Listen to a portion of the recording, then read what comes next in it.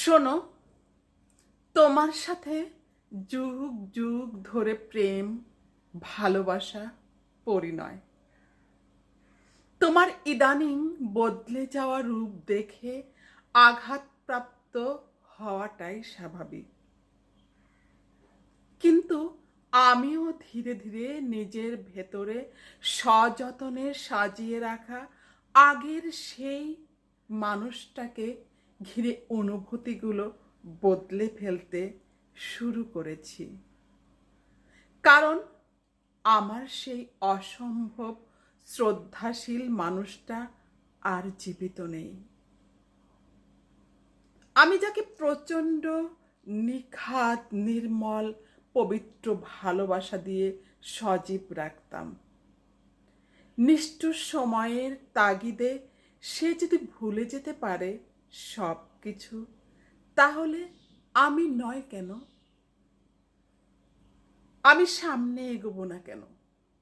নতুন এক আমি হয়ে আমার জন্য আমি হয়ে থাকব। প্রতিশোধী না হয়ে বরং আমি মুক্ত করে দিলাম। ভালোবাসা তো পাওয়ার জন্য নয় শুধু, যে ভালোবাসে সে ত্যাগও করতে পারে। একবার ভালোবাসলে কখনো ভালোবাসা মন থেকে উপড়ে ফেলা যায় না। আমার অংশীয় ভালোবাসা তার জন্য চিরকাল থাকুক নিবন্ধন। তাই বিষয় তো তারই। আমি তাকে আর ইহজনমে বোঝার চেষ্টা করব না। তাই বরং আজ থেকে মুক্ত করে দিলাম সকল বন্ধন থেকে।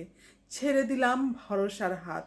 এত শ্রদ্ধা, সম্মান, ভরসা, ভালোবাসা, ভালোবাসি, ভালোবাসবো বলা শুধুই বলার জন্য।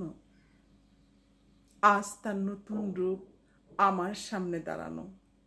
কত বিচিত্রতা, কত নিষ্ঠুরতা, কত নির্মমতা কাউকে বলা যাবে না, আবার মানাও যাবে না। কিন্তু মেনে নেব, কারণ ভালোবাসি। ভালো থাকবো ভালো স্মৃতিগুলো ভেবে। ধন্যবাদ।